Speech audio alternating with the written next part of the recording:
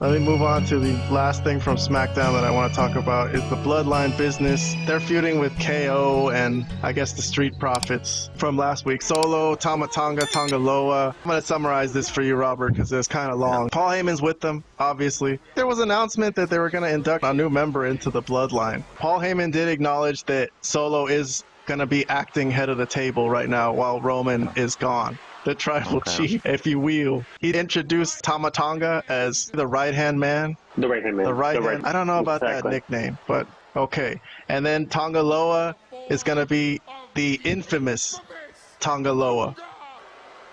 Here's Solo giving Tonga Loa a hug because he's in the bloodline now, officially. Solo actually tells Paul Heyman, shouldn't you thank these two guys for saving your ass last week when Kevin Owens was about to attack you, which is true. Paul Heyman thanks them. He has to call them by their full names now, too. The right-hand man, Tama Tonga.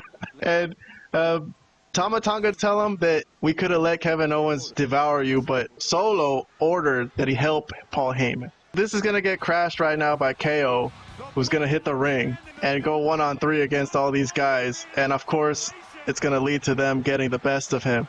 But that leads to the Street Profits coming in. And then the Street Profits and KO is enough to clear the ring of the 3 Bloodline members, which pisses off Solo.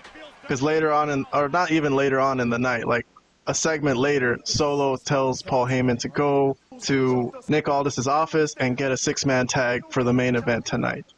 Otherwise, Tama Tonga was going to beat Paul Heyman's ass or something, right?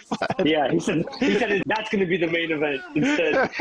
If you don't get this match, it's going to be you against Tama Tonga. So obviously, Paul Heyman did end up getting the match. So the 6-man tag does happen later in the night, but this was a DQ. Solo takes a steel chair to one of the Street Profits, and then they attack the Street Profits and powerbomb Kevin Owens through a table, and they end the show on top, the Bloodline, throwing up them ones. All right, Vlad, since you have seen this episode of SmackDown, I'm jumping to you first on these reviews, but I got to get a thumbs up, thumbs down, the Bloodline here on this episode of SmackDown. This is always going to be a thumbs up for me, man. This is a thumbs up angle too.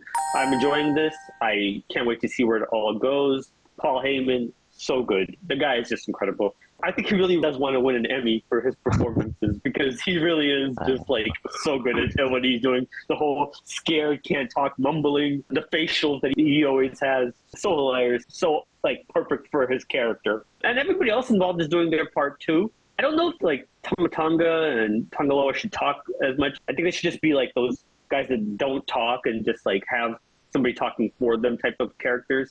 That's just my only little, not really critique, but just like that's only a comment that I would like say if I was kind of booking this thing, I just have them talk way less. Solo could talk, you know, he's getting the hang of it, and he's actually pretty decent on the mic. But overall, thumbs up, thumbs up. All right, Robert, thumbs up or thumbs down for this episode? Just based on the highlights I'm seeing now and, you know, your review of it, this is really good. I would give this a thumbs up too. The Bloodline angle hasn't disappointed yet, even after Roman Reigns' hiatus. So far, so good. A small criticism is when Paul Heyman kind of takes too long to say things and repeats things. But overall, that's very small. I didn't know that there was that criticism, but okay. It's just for me. I don't know. I think he kind of milks it a little bit too much, I think. But he does really good, though. So that's a small criticism. I'm still giving this a thumbs up. All right, so I'm done with WWE for the week.